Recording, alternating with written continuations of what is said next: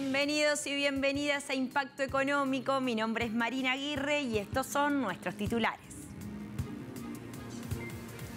En nuestro mundo hoy les contamos, republicanos y demócratas alcanzan un acuerdo para poner fin al cierre del gobierno en Estados Unidos.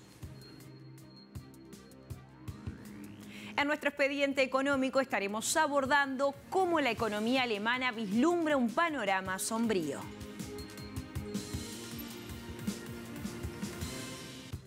En nuestro recorrido digital, reservas internacionales rusas alcanzaron nuevo máximo histórico.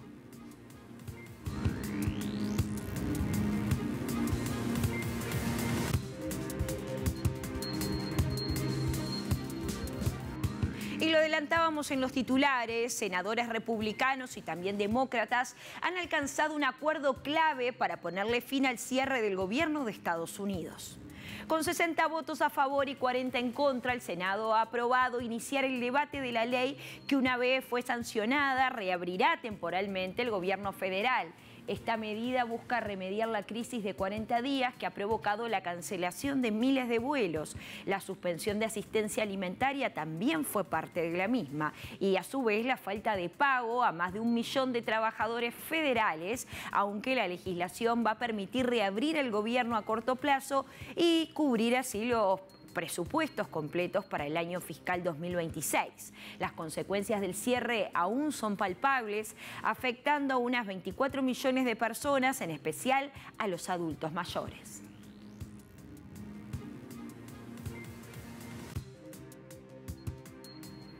Y seguimos en la nación del norte porque en medio de todas las turbulencias económicas se esperan altos precios del pavo en esta temporada navideña, lo que pone en riesgo la tradicional cena de Acción de Gracias. Vamos a escuchar a David Anderson, economista ganadero del servicio de extensión AgriLife. Los precios del pavo se han disparado en el mercado mayorista a medida que se acerca el Día de Acción de Gracias. Una ave entera que pesa de 10 a 15 libras ahora tiene un promedio de $1,62 por libra, en comparación con solo $0,99 hace un año. El aumento es aún más dramático para la carne de pechuga de pavo, que impulsa los productos de delicatessen, saltando de menos de $2 por libra el año pasado a más de $7 por libra en la actualidad. La producción de pavos ha bajado alrededor de un 8% en comparación con el año pasado. Esta caída se debe a dos factores principales: el impacto de la influenza aviar altamente patógena y los ajustes a largo plazo de la industria a la disminución de la demanda. Años de falta de rentabilidad y preferencias cambiantes de los consumidores llevaron a los productores a reducir, y la IAAP redujo aún más los suministros, lo que hizo subir los precios. Y ahora nos trasladamos a Brasil porque el presidente Luis Ignacio Lula da Silva hizo un llamado en la conferencia COP30, la conferencia de las Naciones Unidas sobre el clima, para derrotar el negacionismo y priorizar la vida sobre la guerra. Durante su alocución, el jefe de Estado brasileño, Lula da Silva, ha condenado la ausencia de los líderes que promueven los conflictos armados y ha criticado el aumento del gasto militar mundial impulsado por Estados Unidos y los países europeos frente a la escasa inversión en mitigación climática. Asimismo, el secretario ejecutivo de la Convención marcó en la ONU sobre el cambio climático, Simone Still, y alertó sobre las consecuencias económicas y sociales de la inacción ante la crisis ambiental global. La COP30 reúne a delegaciones de más de 190 países y se va a extender hasta el 21 de noviembre, siendo esta la primera vez que la conferencia se celebra en el corazón de la selva amazónica, una región símbolo de la lucha global contra la deforestación y el cambio climático.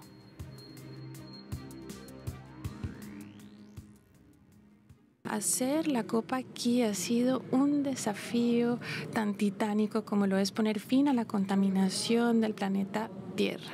Habría sido más fácil organizar esta COP en una ciudad que ya está hecha, una ciudad que no tiene problemas.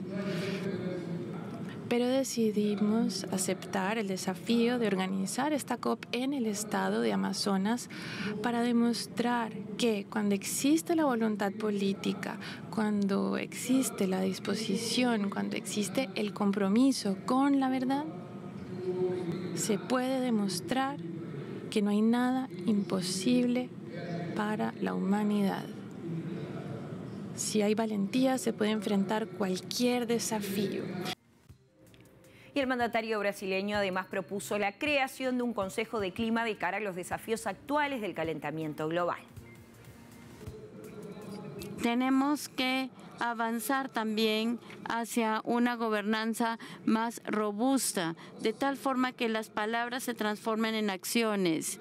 Proponemos la creación de un Consejo del Clima que se presente a la Asamblea General de Naciones Unidas. Esta es una forma de hacer frente a este desafío y llevarlo al nivel que merece. En tercer lugar, invoco a la comunidad internacional a que coloque al ser humano en el centro de la agenda del clima. El calentamiento global va a hacer que millones de personas caigan en la pobreza y en el hambre, y esto va a retroceder décadas de lo que hemos avanzado. Y entramos de lleno en Oriente Medio porque las familias desplazadas en Gaza no ven ningún alivio tras haberse cumplido un mes después del supuesto alto al fuego. Más detalles los tenemos en el siguiente material. Veamos. Un mes ha pasado desde que entró en vigor el acuerdo de alto al fuego en la Franja de Gaza. Las familias desplazadas afirman que la vida diaria sigue siendo una lucha constante, con escasa ayuda y sin señal de recuperación. Sin embargo, muchas familias continúan la lucha. Un ejemplo de resiliencia lo encontramos en Mohamed Antis, de 37 años, antiguo taxista. Vive ahora con su familia en una tienda de campaña en la ciudad de Gaza. Su hogar fue destruido por tercera vez en 15 años. Durante los peores momentos de la hambruna, sobrevivieron a base de verduras silvestres. Durante la hambruna, sobrevivimos a base de sopa de verduras silvestres durante 2 meses. La hambruna duró 4 meses y durante 2 meses no tuvimos absolutamente nada de comida. Traje alimentos para animales. Mi esposa lo molió y lo cocinó en forma de albóndigas para darles algo de comer a mis hijos. Para sobrevivir, Antis construyó una estufa improvisada y cavó una letrina cerca de su refugio. La rutina diaria de su familia gira en torno a acarrear agua, cocinar y cuidar a los niños. Hemos estado esperando que la guerra termine para que llegara la ayuda, pero incluso después del alto al fuego no hemos recibido ninguna asistencia. De vez en cuando nos dan un poco de pan, a veces solo una vez cada 3 días. Esa pequeña cantidad apenas alcanza para una comida para toda la familia y desaparece rápidamente. Tenemos muchas ganas de comer carne o algo parecido, pero no podemos permitírnoslos. De hecho, no soy la única. Mis hermanas sienten lo mismo. Todas queremos comer comida rica, carne, empanadas, verduras, naranjas, manzanas. También queremos salir a dar un paseo y divertirnos.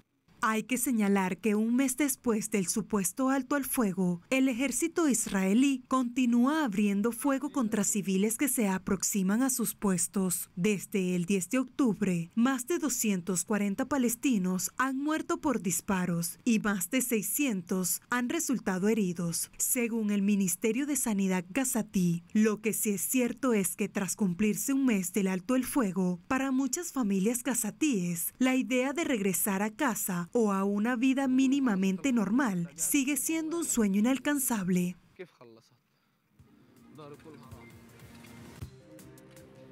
Y nos vamos a Nigeria porque la economía registra un fuerte crecimiento, así lo ha afirmado recientemente el ministro de Finanzas y ministro coordinador de Economía de Nigeria, el señor Wal Edun.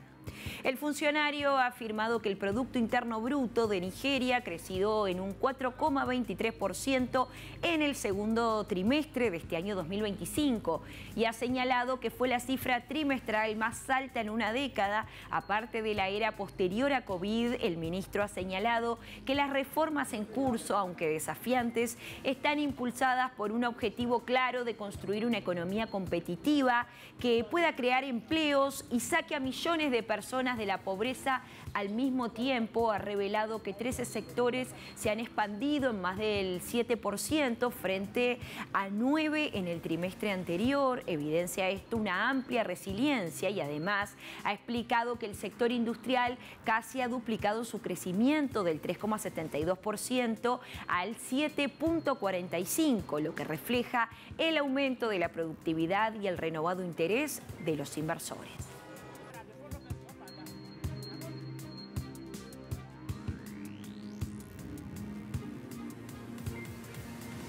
Ahora nos vamos a ir a la primera pausa, pero les contamos que al regreso estaremos hablando en nuestro expediente económico sobre los números rojos que presenta la economía de Alemania. Nos vamos a la pausa, pero ya volvemos, no se vayan.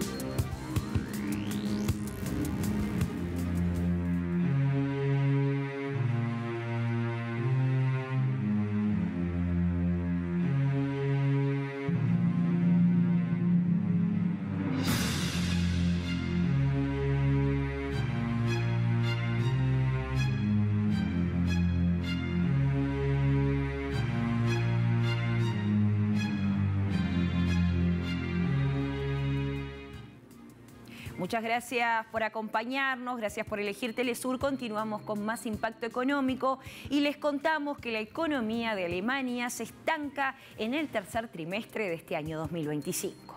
Según datos preliminares de la Oficina Federal de Estadística, el crecimiento del PIB se estancó 0%, manteniéndose sin cambios entre julio y septiembre en comparación con los 3 meses anteriores. Este dato, ajustado por precios, estacionalidad y calendario, se conoce después de que el PIB germano retrocediera en un 0,2% en el segundo trimestre y aumentara entre enero y marzo en un 0,3%.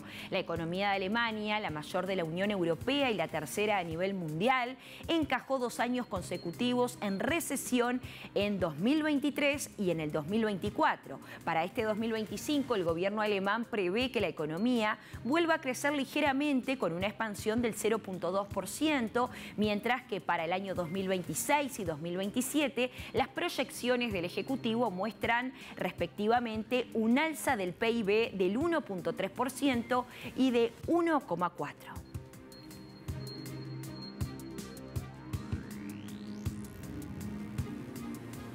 Y según el diario alemán Bild, la situación de la economía alemana atraviesa la crisis más larga y provoca graves tensiones en el canciller Friedrich Merz. Cabe señalar que la situación actual genera tensión, ya que la economía alemana vive la crisis más larga hasta la fecha. En particular, desde principios del año 2023, las empresas han comenzado a producir menos bienes y los indicadores económicos siguen cayendo. En agosto, la tasa de desempleo alcanzó los 3 millones, la más alta de los últimos 10 años.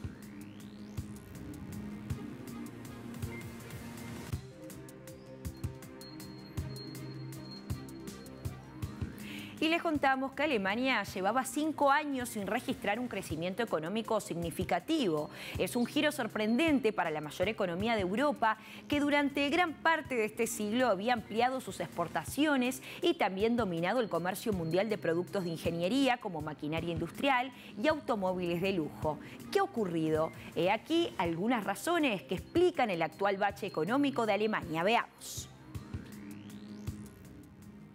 Una de las principales razones que han llevado al declive la economía alemana ha sido el desprendimiento del gas ruso, lo que supone un adiós al gas considerado económico. Y es que los ciudadanos en Alemania pagan hasta un 82% más por calentarse en 4 años tras dejar la dependencia del gas ruso. Es preciso indicar que en Alemania lo habitual es que la calefacción sea un gasto incluido en el alquiler, pero ese coste se paga en base a una estimación. Si esa estimación ha sido demasiada o insuficiente, al final del año el inquilino debe recibir lo que pagó de más o pagar lo que le falta para saldar la cuenta.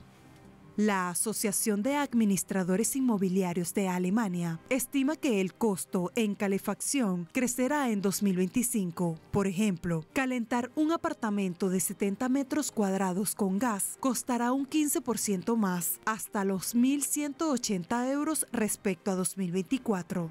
Otro dato importante a destacar que ha afectado la economía alemana es que cuando se interrumpió el flujo del gas ruso, se dispararon los precios del gas y de la electricidad generada a partir del gas. Ambos costos son piezas claves para industrias de alto consumo energético como la siderúrgica, la de fertilizantes, la química y la del vidrio. En este sentido, Alemania tuvo que recurrir al gas natural licuado o GNL, superenfriado e importado por barco desde Qatar y Estados Unidos. El gas natural licuado cuesta más que el gas de gasoducto. Lo que sí es cierto es que la electricidad cuesta ahora más a los usuarios industriales de Alemania, lo que supone un duro golpe para la mayor economía de Europa.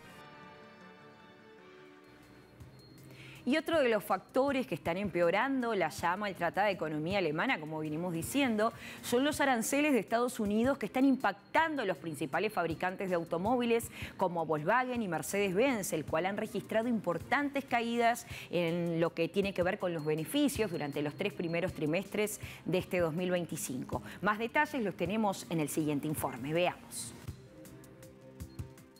Los elevados aranceles impuestos por la administración Trump a los vehículos fabricados en la Unión Europea han supuesto un duro golpe para el sector automovilístico alemán. Y si bien un acuerdo entre la Unión Europea y Estados Unidos redujo el tipo arancelario del 25 al 15%, las cifras del sector demuestran la magnitud del daño causado por la interrupción del comercio. Volkswagen declaró en su informe financiero recientemente que el aumento de los gravámenes de Estados Unidos supondrá una carga adicional de hasta 5.000 millones de euros para la compañía este año. Hay que señalar que los beneficios del gigante automovilístico durante los primeros 9 meses del año cayeron un 58% interanual, hasta los 5.400 millones de euros. Asimismo, sus ventas en el mercado norteamericano disminuyeron un 11% en los 3 primeros trimestres, como consecuencia del impacto de los aranceles. Al mismo tiempo, Porsche, la filial de autos deportivos de Volkswagen, registró una drástica caída en sus ganancias operativas, alcanzando apenas los 40 millones de euros en los 9 primeros meses del año, una disminución considerable respecto a los 4.000 millones de euros del año anterior. Por su parte, Mercedes-Benz anunció el miércoles una ganancia neta de 3.880 millones de euros en los primeros 3 trimestres, lo que representa una disminución de alrededor del 50%. De igual forma, sus ventas, ingresos y ganancias de automóviles disminuyeron durante este periodo. Según un informe de la compañía, indicó que hay una gran incertidumbre generada por las políticas arancelarias estadounidenses y otros factores macroeconómicos que continúan tambaleando esta industria. Ahora nos vamos a ir a una segunda pausa, pero les contamos que al regreso, en nuestro recorrido digital, hablaremos respecto a las reservas internacionales rusas que alcanzaron un nuevo máximo histórico. No se vayan, que ya volvemos con mucho más impacto económico.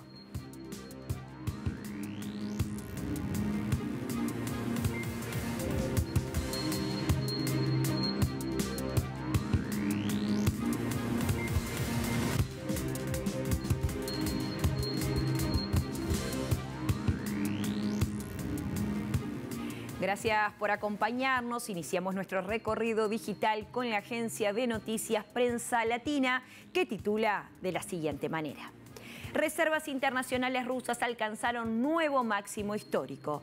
Las reservas internacionales de Rusia el 8 de noviembre de 2025 ascendían a 725.842 millones de dólares, con lo cual han alcanzado un nuevo máximo histórico. Esto lo difundió el Banco Nacional de Rusia. Según la entidad, cuando comenzó noviembre, las reservas eran de 631.573 millones de dólares, por lo que el incremento en esa divisa fue de 1.76% o de 12.054 millones. El banco ha recordado que octubre de 2025 las reservas en divisas disminuyeron en 1.18% hasta los 426.020 millones de dólares, mientras el valor del oro monetario en las reservas ha aumentado en 6,24%, alcanzando así los 299.821 millones de dólares y estableciendo de esta manera un récord histórico. Pasamos al siguiente portal, que en este caso es Dispan TV, y titula de la siguiente manera. Descubrirán Cainat en Khorasan del Sur, la cuna mundial del oro rojo. El clima y el suelo únicos de Cainat, en la provincia de Khorasan del Sur, crean las condiciones ideales para el cultivo del azafrán de alta calidad, por el que Irán es mundialmente reconocido. El cultivo del azafrán sostiene a más de 23.500 familias agricultoras, preservando de esta manera medios de vida y manteniendo vivas las tradiciones agrícolas iraníes centenarias. Irán exporta más del 90% del azafrán mundial, siendo Cainat y algunas otras ciudades del este del país líderes tanto en calidad como en el valor del mercado global. Y para finalizar nuestro recorrido digital, lo hacemos con el último portal, que es de CGTN en español, y reseña de la siguiente manera. Producción de oro de China aumenta 1,39% en el periodo enero-septiembre. Así, China produjo 271.078 toneladas de oro en los primeros 9 meses de este año 2025, registrando de esta manera un aumento del 1,39% respecto al mismo periodo del año pasado, según los datos publicados por la Asociación del Oro de China. Durante este periodo, el consumo de joyería de oro se situó en 270,04 toneladas, con una caída del 32,5% interanual, mientras que lingotes y monedas de oro han aumentado en un 24,55% hasta alcanzar las 352,12 toneladas. El uso de oro para fines industriales y otros propósitos ha ascendido a 60,58 toneladas, lo que representa un incremento del 2,72%.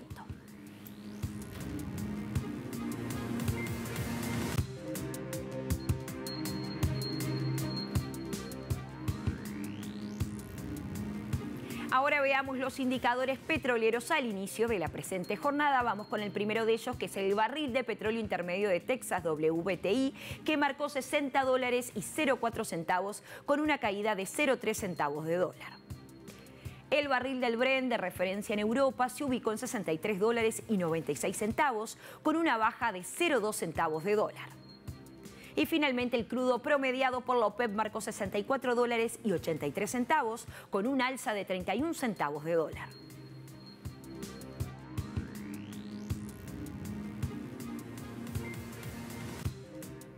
Hasta aquí Impacto Económico. Recuerden que pueden seguirnos a través de nuestras redes sociales, tanto de Impacto Económico como también de Telesur. Muchas gracias como siempre por acompañarnos. Nos reencontramos a la brevedad. Que tengan una gran jornada. Chau, chau.